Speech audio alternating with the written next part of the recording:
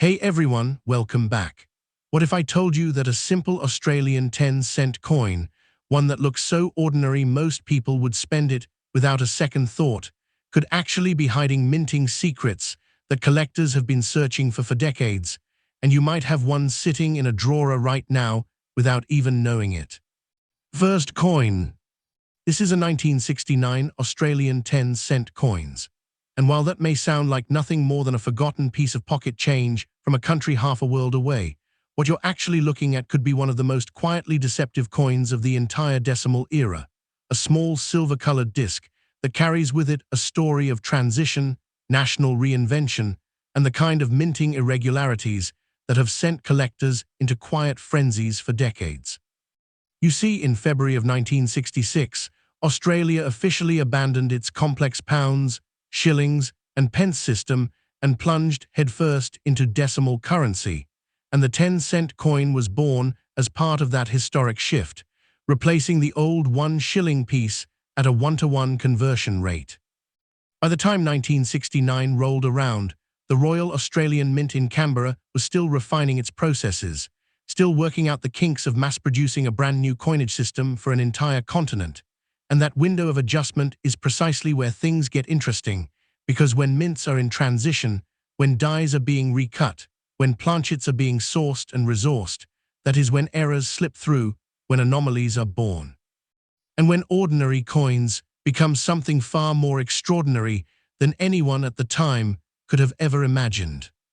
The 1969 Australian 10-cent coin was struck from a copper-nickel alloy, 75% copper, and 25% nickel, giving it that distinctive silvery sheen that was designed to echo the appearance of the old shilling it replaced, a deliberate visual bridge meant to ease a nervous public into a new monetary reality.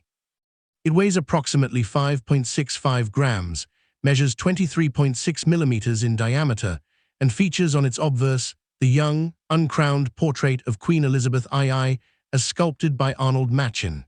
a design that would grace Australian coinage from 1966 through 1984, and which itself became a point of numismatic fascination. On the reverse, you'll find the iconic lyrebird design by Stuart Devlin, the renowned Australian sculptor and goldsmith who was commissioned to create the reverse designs for all 6 inaugural decimal coins, and his lyrebird, with its elaborate tail feathers sweeping upward in elegant arcs, is a masterclass in miniature engraving that most people never stop to truly examine. But here's where the story takes its first turn toward the extraordinary, because 1969 was not a particularly high mintage year compared to the inaugural 1966 issues, and surviving examples in pristine condition are far scarcer than most casual collectors realize, especially when you consider that these coins circulated heavily, were tossed into tills, jangled in pockets, and subjected to the daily abrasions of commerce for over half a century.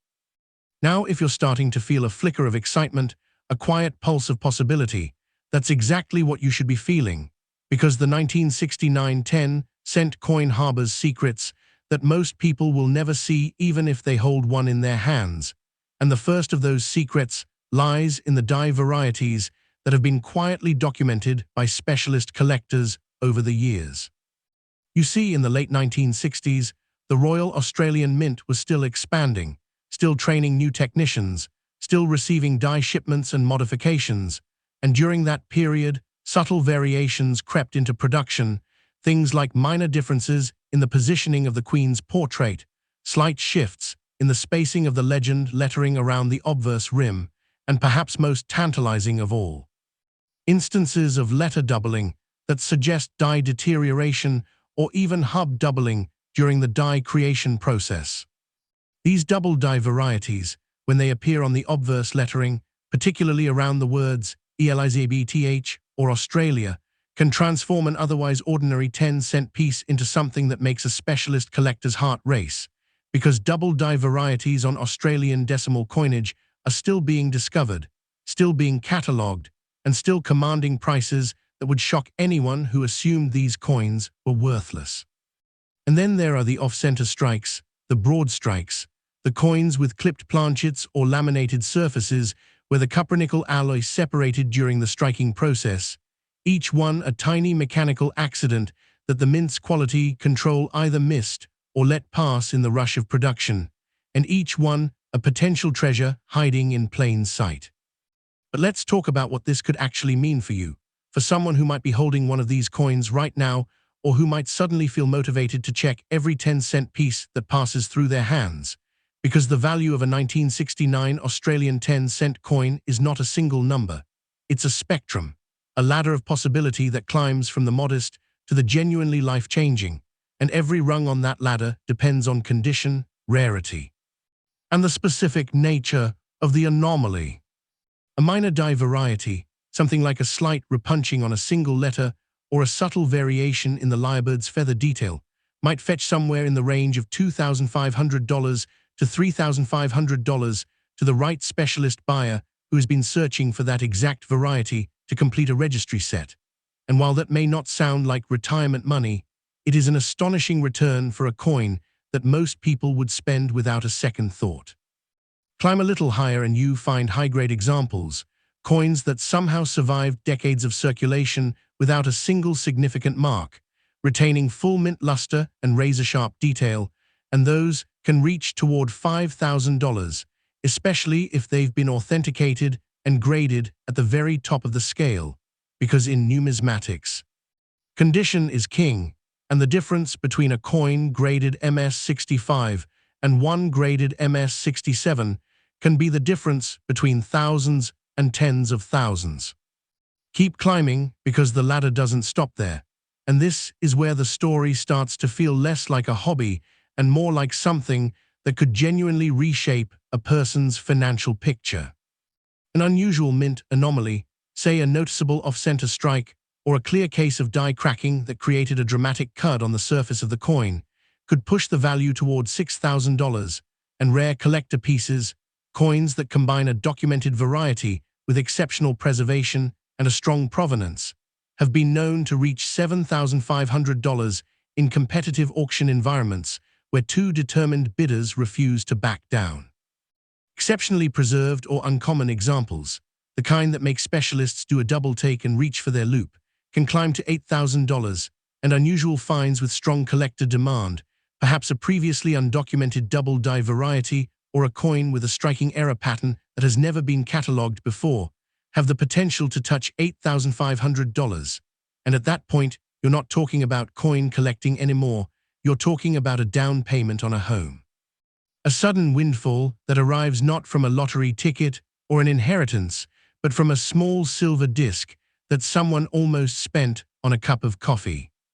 And at the very top of the ladder, the extraordinary examples, the historically significant pieces, the coins that carry both a rare error and a pristine surface, and a story that ties directly back to the turbulent early days of Australia's decimal transition, those can reach up to $9,000, a figure that represents a once-in-a-lifetime discovery, the kind of find that gets written about in numismatic journals and whispered about in collector circles for years to come. Now, before you start tearing through every jar of coins in your house, let me guide you through how to examine a 1969 Australian 10-cent coin responsibly, because the difference between a genuine rarity and a damaged circulation coin often comes down to details that are invisible to the naked eye and require patience, knowledge, and the right tools to properly assess. Start with weight, because a genuine copper-nickel 10-cent piece should weigh approximately 5.65 grams, and significant deviations from that figure, either lighter or heavier, could indicate a wrong planchet error, where the coin was struck on a blank intended for a different denomination, and those errors are among the most valuable and the most frequently counterfeited. Next, examine the metal color carefully, because genuine copper-nickel has a specific cool, silvery tone that differs from the warmer hue of a silver coin or the brassy appearance of a plated fake. And if the color looks off, if it seems too bright or too dull, or has an unusual patina that doesn't match natural tunning, that's a red flag. Check the strike alignment by holding the coin by its edges and rotating it, because a misaligned die will produce a visible shift between the obverse and reverse designs, and the rim should be uniform and consistent all the way around, with no thin spots, no clipped areas, and no signs of metal flow that would indicate a broad strike. And finally, the most exciting examination step of all, take a strong magnifying glass or a jeweler's loupe and scrutinize every letter on the obverse, looking for doubling, for slight ghost images offset from the primary lettering, because that is the signature of a doubled die, and if you see it, you may be looking at something truly special. But here is the most important thing I can tell you, and I want you to hear this clearly, because excitement can be a dangerous thing if it leads you to skip the steps that protect you from disappointment or worse, from being taken advantage of, and that is this. If you believe you have found a genuine 1969 Australian 10-cent coin with a significant variety or error, do not clean it, do not polish it, do not attempt to remove any tunning or discoloration, because cleaning a coin is the single fastest way to destroy its value, and a coin that might have been worth thousands can be rendered nearly worthless by a few seconds of well-intentioned but catastrophic rubbing. Instead, place the coin in a soft holder, a non-PVC flip, or a cotton-lined envelope, and contact a professional grading service or a reputable numismatic dealer who specializes in Australian decimal coinage. Because professional authentication is not optional, it is essential. It is the difference between a story you tell at dinner parties and a story that actually changes your life. The values I've described, from $2,500 at the low end of the variety spectrum all the way up to $9,000 for the most extraordinary examples, are illustrative figures based on documented market activity and auction results. They are never guaranteed, and the actual value of any specific coin depends on a complex interplay of condition, rarity, demand, and the ever-shifting landscape of the collector market. So approach every find with cautious optimism rather than reckless certainty. And that, perhaps, is the most beautiful thing about coins like this 1969 Australian 10-cent piece, because they remind us that treasure doesn't always live in vaults behind steel doors, it doesn't always arrive in armored trucks or sit behind glass in museums. Sometimes it sits in a drawer, in a tin, in a forgotten collection inherited from a grandparent who never knew what they had.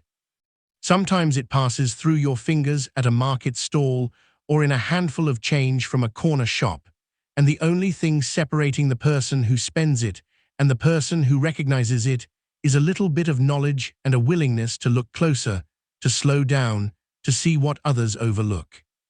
The 1969 Australian 10-cent coin is a small piece of metal with an enormous story, a story of a nation changing its currency, a mint finding its footing, and a quiet stream of errors and varieties that are still being discovered by ordinary people in ordinary places. And if that doesn't make you want to go check your change right now, I don't know what will. But before you go, I need you to stay with me, because the next coin I'm about to show you is even more shocking, even more unlikely, and its story will make you question everything you thought you knew about what's hiding in plain sight, so don't go anywhere, because you are not going to believe what comes next. Next coin. This is a 1979 Australian 10-cent coins.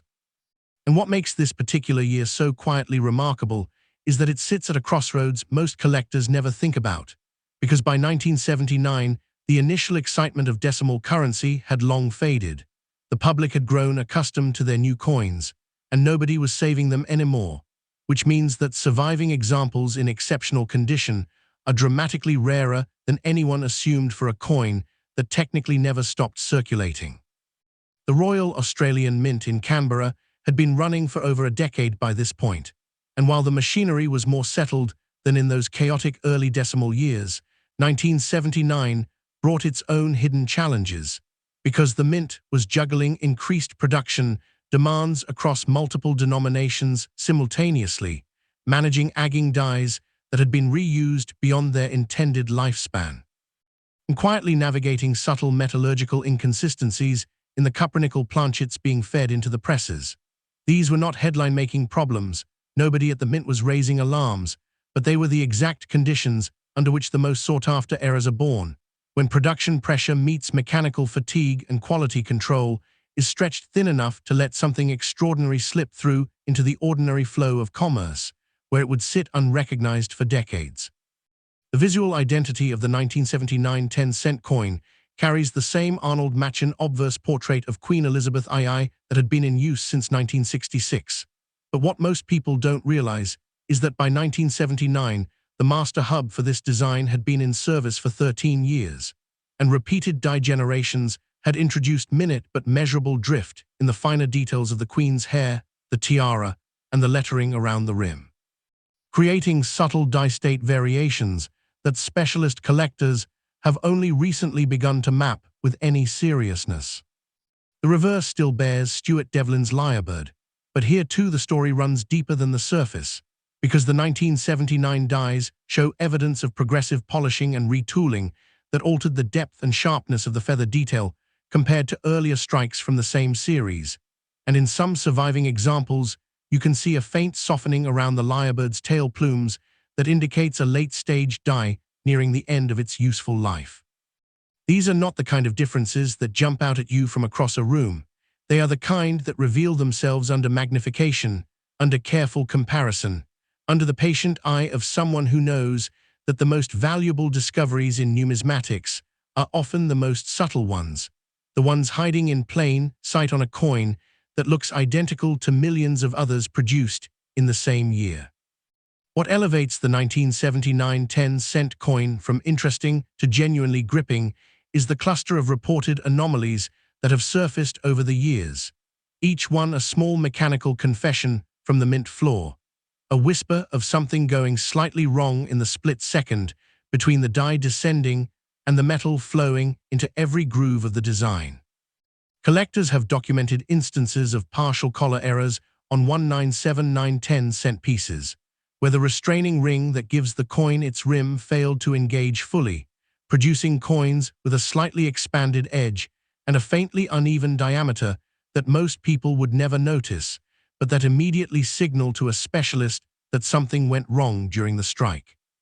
There are also credible reports of laminated planchet errors from this year, where impurities in the cupronickel strip caused layers of metal to separate or flake away either before or after striking, leaving irregular patches on the surface that look like tiny geological formations frozen in miniature. And these lamination errors are particularly prized because they are utterly unpredictable, impossible to reproduce, and each one is genuinely unique in its texture and pattern.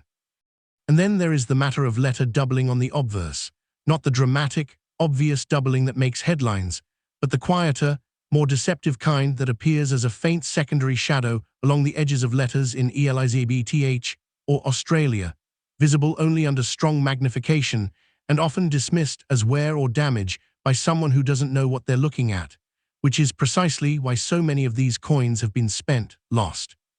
or discarded by people who are holding something far more significant than they ever realized. Now I want you to imagine something for a moment, because this is where the story shifts from interesting history to something that feels personal, something that might make you look at the coins in your possession in an entirely new way. Imagine a man in Perth, someone who inherited a small tin of coins from his father, a man who had no interest in collecting and who nearly took that tin to bank to deposit the face value into his account, pocketing maybe $15 or $20 for what amounted to a nuisance cleared from a closet. Now imagine that one of those coins was a 1979 10-cent piece with a visible lamination error across the lyrebird's body. A coin that a specialist dealer would later describe as one of the finest examples of this specific error type ever documented. A coin that changed hands privately for a sum that paid off the remaining balance on that same man's mortgage. Stories like this are not fiction. They are not exaggerations invented to make a video more exciting. They are documented realities within the Australian numismatic community, and they happen because the gap between recognition and ignorance is enormous, because a coin can sit in a tin for 40 years, passing through multiple hands, none of whom ever thought to look closely enough to see what was actually there, and the person who finally does look is the one whose life changes. So let's walk up the value ladder, because this is where curiosity meets consequence, and I want to be very clear that every figure I mention represents recorded outcomes from auctions, private sales, and specialist dealer transactions, not guarantees, not projections, and certainly not a promise that every 1979 10-cent coin is worth more than 10 cents. Notable examples: coins with documented minor die varieties or slight but verifiable anomalies that place them outside the normal production range have been recorded at prices ranging from $5,000 to $7,000, and those sales typically involve specialist collectors who are building variety registries and who have been searching for specific pieces for years.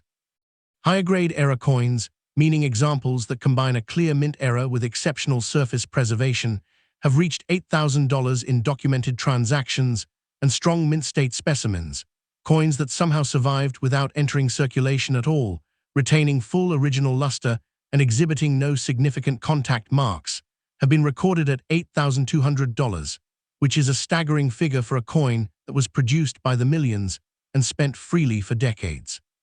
Unusual mistakes, coins with error types that are rarely seen on this specific denomination or year, have fetched $8,700, and extreme errors, the kind that make specialists stop scrolling and reach for the phone, have touched $9,000 in competitive bidding situations where the rarity of the specific error drove determined collectors to push well beyond initial estimates. And then there is the top of the ladder, the territory where the numbers start to feel less like a coin price and more like a life event, because rare error examples from 1979, coins that combine multiple error types or that exhibit an error so dramatic and so visually striking that it becomes instantly iconic within the collecting community, have been recorded at $35,000 in private sale, a figure that represents not just the coin itself, but the story. The provenance, the documentation, and the intensity of demand among collectors who understand that some pieces may never appear on the market again. And at the absolute summit, extraordinary or one-of-a-kind discoveries, coins that represent something entirely new to the catalog or that possess a combination of era, condition, and historical context that simply has no parallel, have reached up to $10,000 and beyond, and at that level you are no longer in the realm of hobby, you are in the realm of once-in-a-generation finds. The kind that get written into reference books and that redefine what collectors thought was possible for a denomination that most people have never thought about twice. Every one of these figures is illustrative, drawn from the real but narrow window of recorded market activity, and the actual value of any specific coin depends on authentication, grading, provenance, and the always shifting dynamics of collector demand. So if you are holding something you believe is significant, the smartest thing you can do is slow down and treat it with the respect it deserves. If you want to examine a 1979 Australian 10-cent coin responsibly, you need to approach it methodically, because the line between a genuine mint error and post-mint damage is often razor-thin, and misidentifying one as the other is the most common mistake that leads people to either overvalue a damaged coin or, worse, overlook a genuine rarity.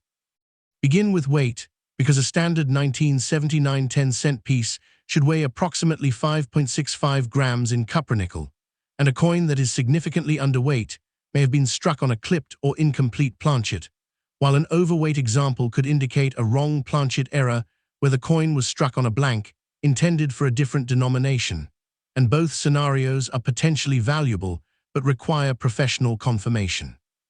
Examine the metal color under natural light, because genuine copper-nickel carries a consistent cool silver tone throughout, and any discoloration, unusual warmth, or patchy appearance could indicate either environmental damage or, in rare cases, a planchet contamination error where the alloy composition was off, and only a specialist can tell the difference. Check the strike alignment by holding the coin by its edges and rotating it 180 degrees, because the obverse and reverse designs should align precisely, and any rotational misalignment could indicate a loose die or a rotated die error, which is one of the more dramatic and collectible error types. Inspect the rim carefully for any expansion, thinning, or irregularity, because a partial collar error will leave one section of the rim looking different from the rest, sometimes slightly wider, sometimes with a faint step or ledge where the collar engaged incompletely.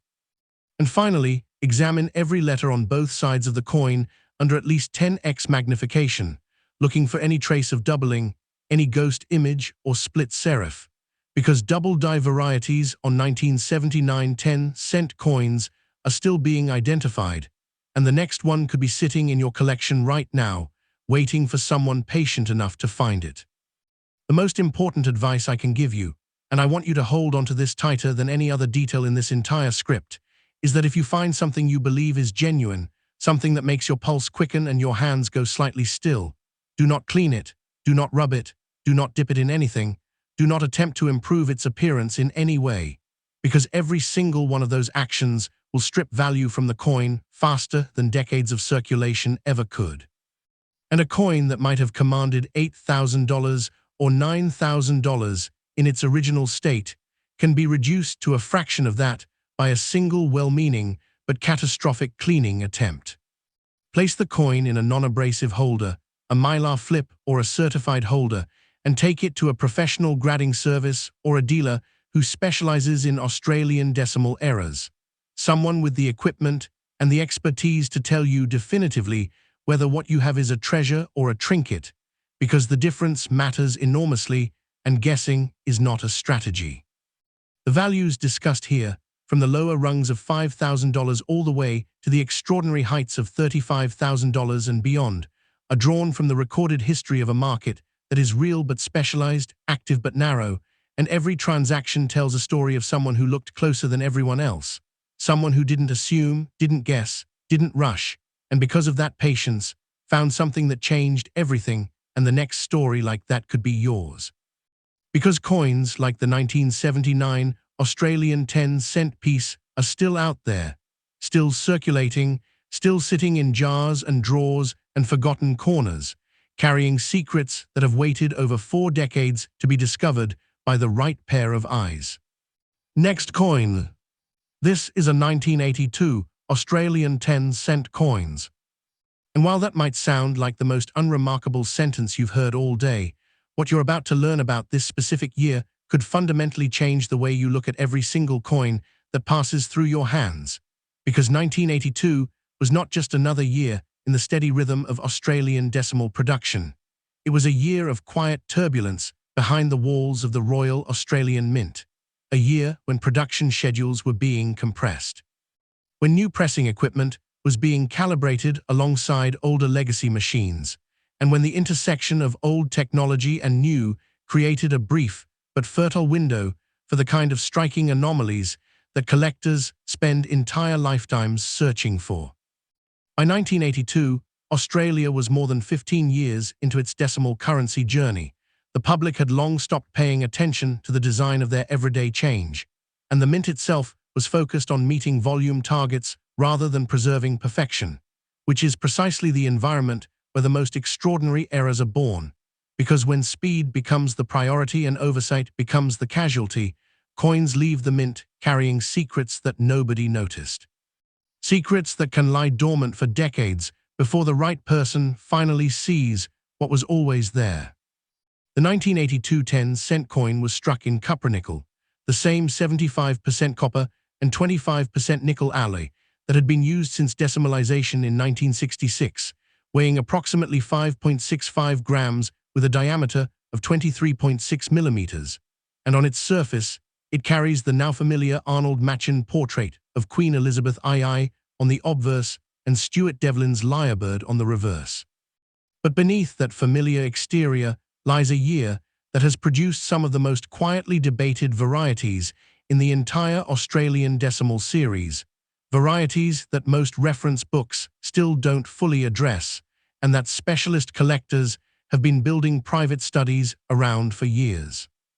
What makes 1982 genuinely distinct from every other year in the decimal series is the transitional manufacturing environment that defined it, because this was a period when the Royal Australian Mint was beginning to integrate updated tooling and modified die preparation techniques into its standard workflow. And during any transition, no matter how carefully managed, there exists a gap between the old standard and the new, a gap where inconsistencies in die geometry, hub alignment, and striking pressure can produce coins that deviate from the intended specification in ways that are subtle enough to escape quality control, but dramatic enough to command enormous attention from the collecting community decades later.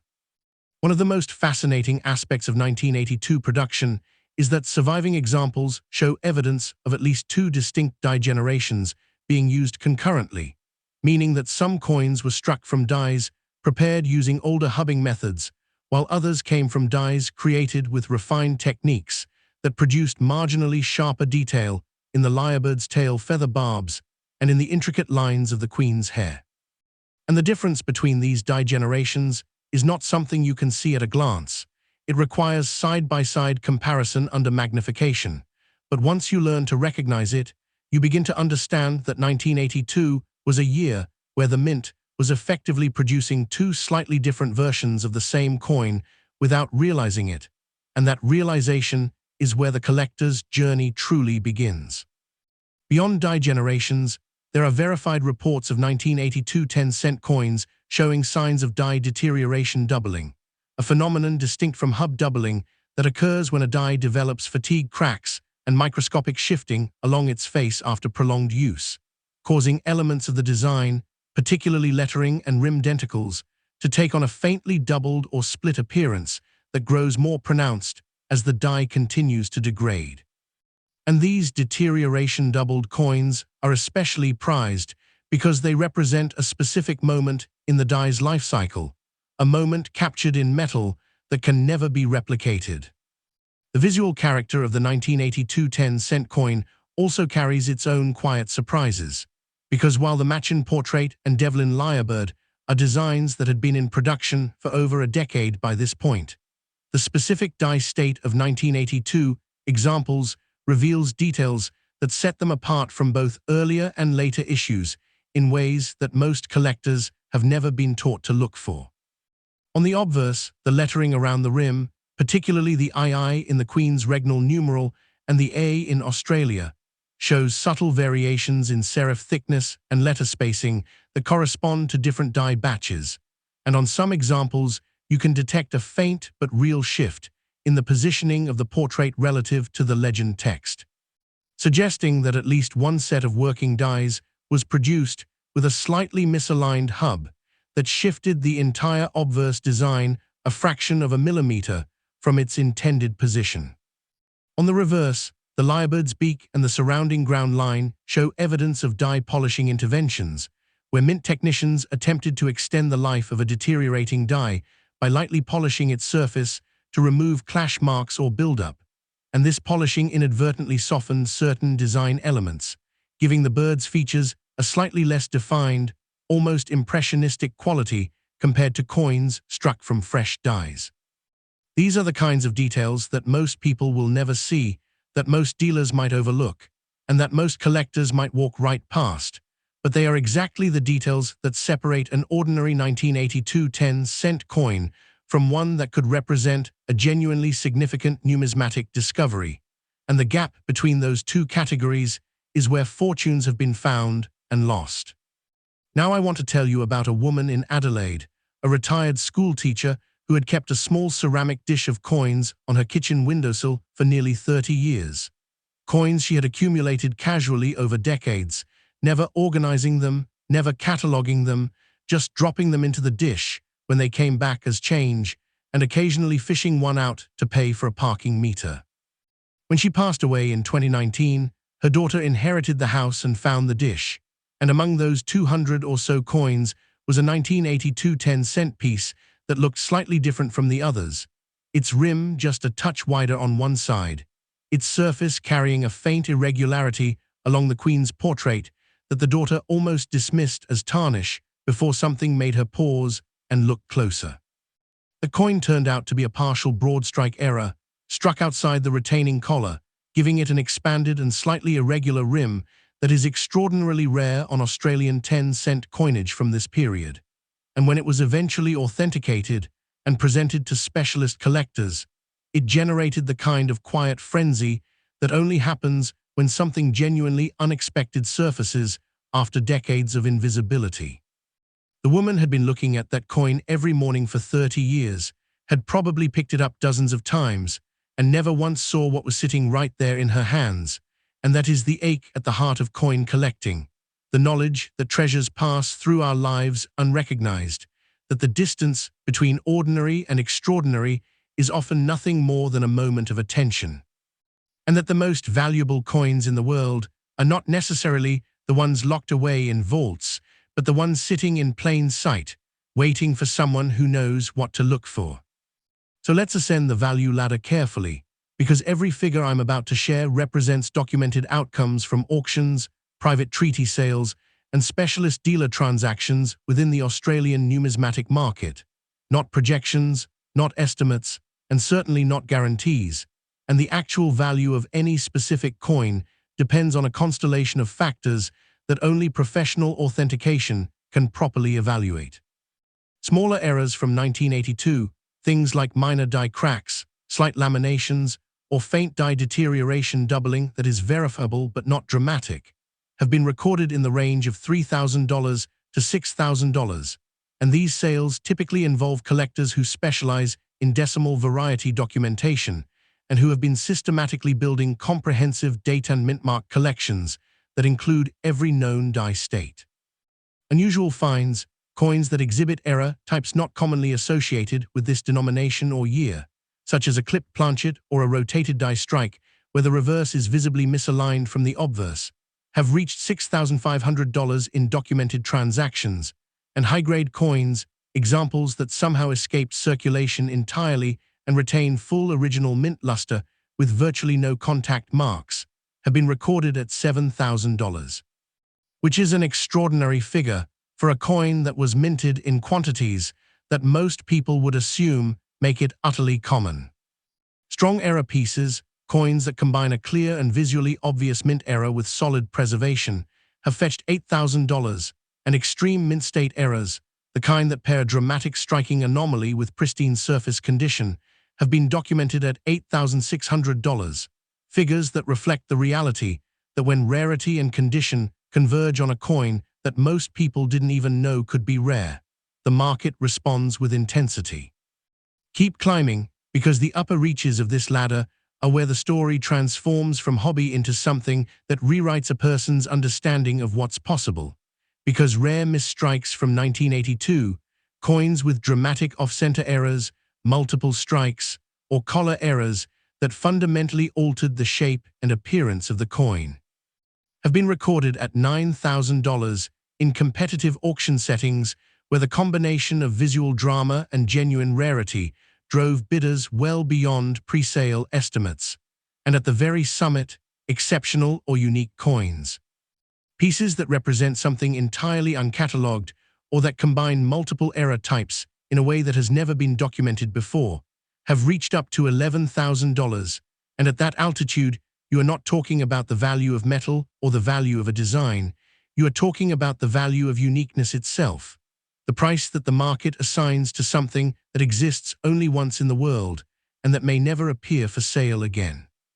Every one of these figures is drawn from the real but narrow record of documented market activity, and I want to stress with absolute clarity that these are not numbers you should expect. They are numbers you should understand. They represent the ceiling of possibility, not the floor of probability, and the vast majority of 1982 10-cent coins are worth exactly 10 cents.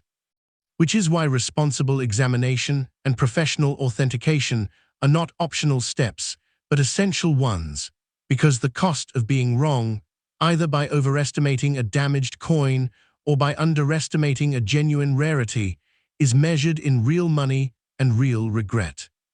If you are going to examine a 1982 Australian 10-cent coin, do it with the patience and precision that the task deserves, because the differences that matter are measured in fractions of a millimeter and fractions of a gram,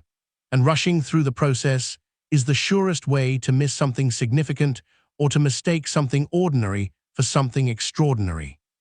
Start with weight on a calibrated digital scale, because a genuine 1982 10-cent piece should register at approximately 5.65 grams, and deviations of more than 0.2 grams in either direction could indicate a wrong planchet error, a clipped planchet, or a coin struck on an underweight or overweight blank, all of which are potentially significant and none of which should be assessed without professional confirmation.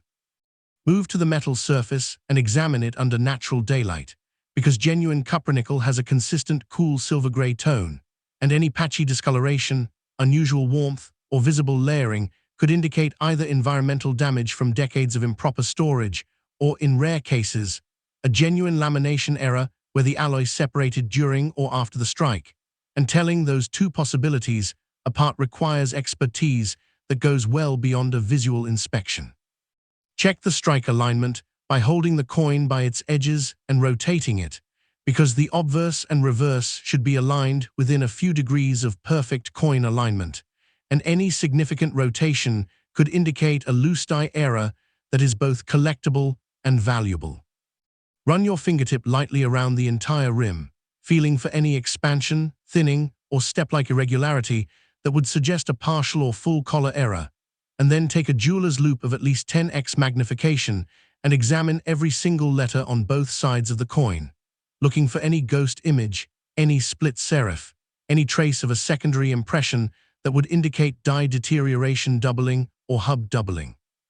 Because the 1982 10-cent coin is still yielding new varieties to collectors who are patient enough to look. And if you find something, do not clean it, do not polish it, do not touch the surface with anything harder than a soft cloth, place it in a non-PVC holder, and take it to a professional grading service or a specialist in Australian decimal errors. Because the difference between a coin worth 10 cents and a coin worth $11,000 is not luck.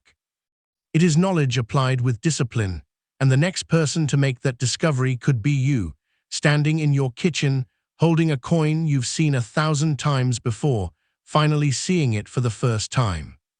Next coin. This is a 1980 Australian 10-cent coins. And right now you might be thinking that there is absolutely nothing about a coin from 45 years ago, from a country you may have never even visited, that could possibly warrant your undivided attention for the next several minutes. But I need you to stay with me, because what I'm about to unfold is a story of mechanical failure, institutional pressure, and quiet numismatic rebellion that has been hiding inside this small silver disc for nearly half a century. And by the end of this, you may never look at a handful of change the same way again. The year 1980 was a strange and pivotal moment inside the Royal Australian Mint, because while the outside world was focused on the Moscow Olympics, the eruption of Mount St. Helens, and the assassination of John Lennon inside the Mint's production halls in Canberra, a different kind of drama was unfolding, one that involved agging infrastructure, tightening budgets, and a directive to maintain output volumes while simultaneously reducing costs. A combination that is essentially a recipe for manufacturing imperfection. The Mint had been producing decimal coinage for 14 years by this point, and much of the original tooling from the 1966 inaugural run was still in active rotation. Dies were being pushed beyond their designed service life to save money, hub replacements were being delayed, and the quality control protocols that had been rigorous in the early years had gradually loosened under the pressure of meeting production quotas with fewer staff and older equipment.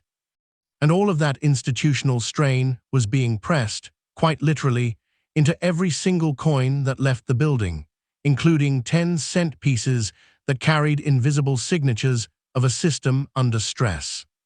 The 1980 10-cent coin carries the Arnold Machen obverse portrait of Queen Elizabeth II and Stuart Devlin's lyrebird reverse, the same design framework that had been in place since decimalization. But what separates this year from every other in the series is something that you cannot see unless you know exactly where to look, and it begins with the dies themselves. Because surviving examples from 1980 display a range of die state conditions that is wider and more varied than virtually any other year in the decimal series, suggesting that the Mint was simultaneously running dies at vastly different stages of their life cycle, some fresh and sharp, others so fatigued that the design elements had begun to blur and shift in ways that created entirely new, unintentional varieties. Specialist collectors who have studied 1980 production in depth have identified examples showing evidence of heavy die clash marks, which occur when the obverse and reverse dies strike each other without a planchet between them, transferring faint mirror image impressions of opposing designs onto the die faces, and when those clash-damaged dies was subsequently used to strike coins. The resulting pieces carry ghostly traces of the lyrebird's tail feathers faintly impressed into the obverse field around the queen's portrait, or fragments of the queen's tiara barely visible on the reverse beside the lyrebird. And these clash-marked coins are not just curiosities, they are mechanical fingerprints of a specific moment of production failure, captured in cupronickel and sent out into the world without anyone noticing. Beyond clash marks, there are documented cases of brockage errors from 1980, where a previously struck coin failed to eject from the press and remained lodged in the die cavity, causing the next planchet to be struck against the face of the retained coin rather than the die itself, producing a coin with a normal obverse and a reversed mirror image impression on the reverse. And brockages are among the most visually arresting and most aggressively sought error types in all of numismatics, because they are instantly recognizable even to non-specialists. They look wrong in a way that is immediately compelling, and on Australian 10-cent coinage, they are extraordinarily scarce. The metallurgical profile of the 1980 10-cent coin also tells a story that most collectors have never heard, because while the official specification remained 75% copper and 25% nickel, with a weight of 5.65 grams and a diameter of 23.6 millimeters, analysis of surviving examples has revealed subtle inconsistencies in the alloy composition that point to variations in the planchet supply chain during this period. The mint sourced its cupronickel strip from external suppliers, and in 1980, records suggest that at least 2 different suppliers were providing planchet material concurrently, and the material from these sources carried marginally different trace element profiles, meaning that some 1980 10-cent coins have a very slightly different color signature than others. A difference so faint that it is invisible under most lighting conditions, but detectable under controlled spectroscopic comparison. And while this metallurgical variation is not itself an error, it has become a point of fascination for advanced collectors who view the 1980 issue as a multi-source production year. A coin that exists in subtly different metallurgical variants that most reference materials have never acknowledged. Add to this the fact that some 1980 examples show evidence of strike weakness in localized areas of the design, particularly around the upper curve of the lyrebird's tail and the finest strands of the queen's hair, suggesting that striking pressure was occasionally inconsistent, possibly due to press calibration issues or die misalignment within the retaining collar, and you begin to see a picture of a year where the mint was producing coins under conditions that were less controlled, less monitored, and less predictable than at almost any other point in the decimal era, and that unpredictability is the soil in which numismatic rarity grows. Now I want you to picture something, because this is where history stops being abstract and starts being personal, and I want you to imagine a young couple in Brisbane, newly married in 1981, receiving a small wedding gift from the groom's grandmother, a modest porcelain piggy bank filled with coins she had been saving for years. Coins she had pulled from circulation one by one because something about each one caught her eye, though she could never quite articulate what. The couple thanked her, brought the bank home, set it on a shelf, and there it sat for 37 years, through 2 children, through a divorce, through a remarriage, through decades of life happening all around it, until one day the groom, now a man in his 60s, found the bank while cleaning out a closet and decided to finally open it. And among the 240 coins inside was a 1980 10-cent piece with a clearly visible brockage reverse. The mirror image of the queen's portrait stamped faintly but unmistakably into the lyrebird side of the coin, and when he brought it to a specialist dealer in Sydney, the dealer went silent for nearly 10 seconds before quietly asking where it had been stored all these years, because that coin was one of only a handful of confirmed brockage 10-cent errors from 1980 ever documented. And its value would ultimately be measured in numbers that this man had never associated with anything in his possession, numbers that would have paid for his daughter's university education 3 times over if anyone had thought to open that piggy bank a decade earlier. That is the quiet cruelty of numismatic discovery, the knowledge that value can sit untouched on a shelf for an entire lifetime, that the only thing standing between a person and a life-changing sum of money is the decision to look, and that somewhere, right now, there are coins just as significant sitting in houses just as ordinary, waiting for the same moment of recognition. So let's begin the climb, and I want to be crystal clear that every figure I'm about to reference comes from documented auction results, private treaty sales, and specialist dealer transactions within the Australian numismatic market, not from speculation, not from wishful thinking, and not from any guarantee that what happened with one coin will happen with another. Minor errors from 1980, including small die cracks, faint clash marks, or light laminations that are genuine but not visually dramatic, have been recorded at prices ranging from $900 to $2,000, and these transactions typically involve variety specialists who are methodically documenting every known die state from this period and who value each piece as part of a larger research puzzle rather than as a standalone trophy. Unusual misstrikes, coins with a visible but modest off-center element, or a slight but real collar malfunction, have reached $3,000 in documented sales, and high-grade coins, examples that somehow never entered circulation and retain full original luster with pristine surfaces, have been recorded at $3,500, which is a remarkable figure when you consider that most 1980 10-cent coins were spent, abused, and lost to the daily friction of commerce for over 4 decades. Strong mint state errors, coins that pair a clear and undeniable mint mistake with exceptional preservation, have fetched $5,000, and rare misstrikes, pieces with dramatic striking anomalies that fundamentally altered the coin's appearance, have been documented at $6,000 in competitive bidding environments, where the visual impact of the error drove collectors well beyond their initial expectations. Keep climbing with me, because the upper reaches of this ladder are where the numbers start to feel less like a price and more like a turning point, because extraordinary coins from 1980, pieces that combine multiple error types or that exhibit an anomaly so unusual that it has no parallel in the documented record, have been recorded at $6,500, and at the very top, extreme or one-of-a-kind examples. Coins like the brockage I described earlier, or pieces with error combinations that specialists have never seen duplicated, have reached up to $9,000, and at that level you are no longer in the territory of a hobby, you are in the territory of a financial event, a sum that could cover a year of university tuition, that could fund a long-postponed medical procedure. That could represent the difference between struggling and breathing for a family that never expected a coin to be the thing that changed their circumstances.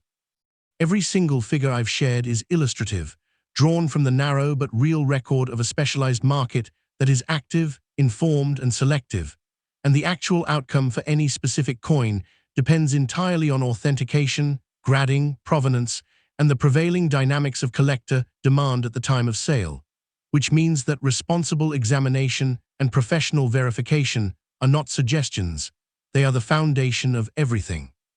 Because the gap between a coin worth 10 cents and a coin worth $9,000 is bridged entirely by knowledge, patience, and the willingness to seek expert confirmation before making any decision. If you are going to examine a 1980 Australian 10-cent coin, approach it the way a surgeon approaches a patient, with steady hands, focused attention, and the understanding that what you do in the next few minutes could determine whether you recognize something extraordinary or walk right past it. Begin with weight, because a genuine 1980 10-cent piece should register at approximately 5.65 grams on a calibrated digital scale, and anything significantly lighter could indicate a clipped or incomplete planchet, while anything heavier could suggest a wrong planchet error where the coin was struck on a blank intended for a different denomination, and both scenarios are potentially significant but require professional confirmation to evaluate properly. Move to the metal color and examine it under natural daylight rather than artificial indoor lighting, because genuine cupronickel carries a consistent cool silver tone, and any patchiness, unusual warmth, or visible separation in the metal surface could indicate either environmental damage from decades of improper storage, or in rare cases, a genuine lamination error where the alloy layers separated during or after the strike.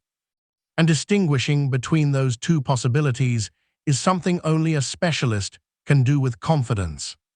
Check the strike alignment by holding the coin by its protected edges and rotating it 180 degrees, because the obverse and reverse should align within a few degrees of perfect coin alignment, and any significant rotation could indicate a loose die error that is both collectible and valuable. Then run your fingertip around the entire rim, feeling for any expansion, thinning, or step-like irregularity that would suggest a collar malfunction. And finally, take a jeweler's loupe of at least 10x magnification and examine every letter on both sides of the coin, looking for any ghost image, any split serif, any trace of a secondary impression that would indicate die deterioration doubling or hub doubling, because the 1980 10-cent coin is still yielding new discoveries to collectors who are patient enough to look. And if you find something, do not clean it, do not polish it.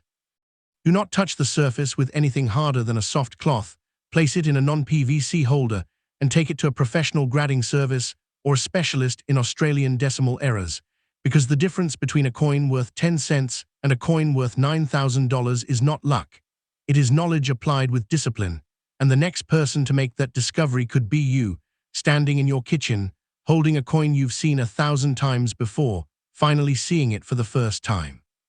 So here is where we bring this full circle, because what the 1980 Australian 10-cent coin teaches us, what every coin in this series has taught us, is that value is not always obvious, that rarity does not always announce itself, and that the most extraordinary discoveries often come dressed in the most ordinary packaging. A coin that looks like every other coin, that spends like every other coin, that passes through hands and tills and jars and drawers without anyone ever stopping to wonder whether there might be something more beneath the surface.